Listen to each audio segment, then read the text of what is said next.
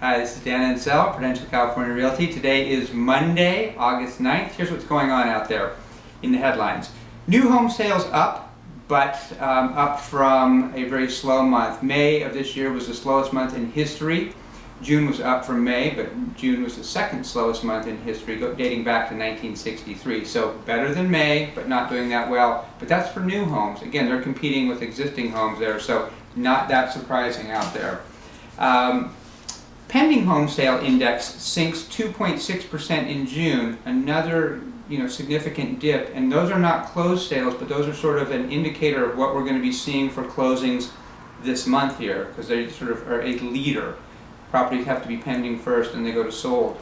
Still blaming it on the lack of available credit, lack of money, lack of job security there. So those tend to be the biggest things affecting the market right now.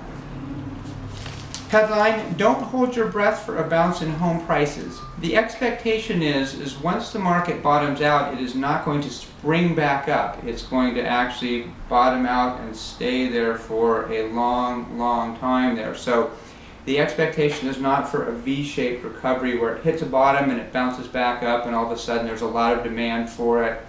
The expectation is that the demand is going to be relatively constant, but the biggest factor out there which is going to keep home prices from bouncing is the headline, housing limbo.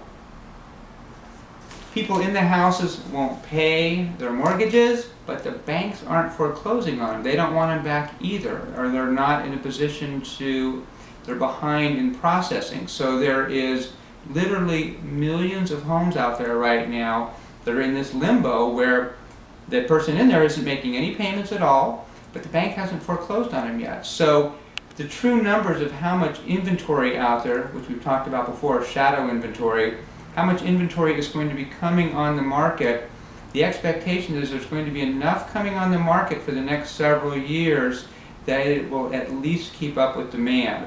So if those two keep up with each other, we won't see any bounce back in prices. It'll just be sort of a slow, steady equilibrium where the banks will put on the amount of inventory that the market can absorb out there. So that's what's expected to be happening for the near term, next few years there in terms of the market, is just once it hits bottom in any certain area, stay there for a while there. The fact that it's slow right now, again, not catching anybody by surprise. Once the tax credits expired, the expectation was there would be a bit of a slump in the market, and then it'll pick up towards the tail end of this year. So we'll see if that's true at the tail end of this year, but so far, it's not so bad out there.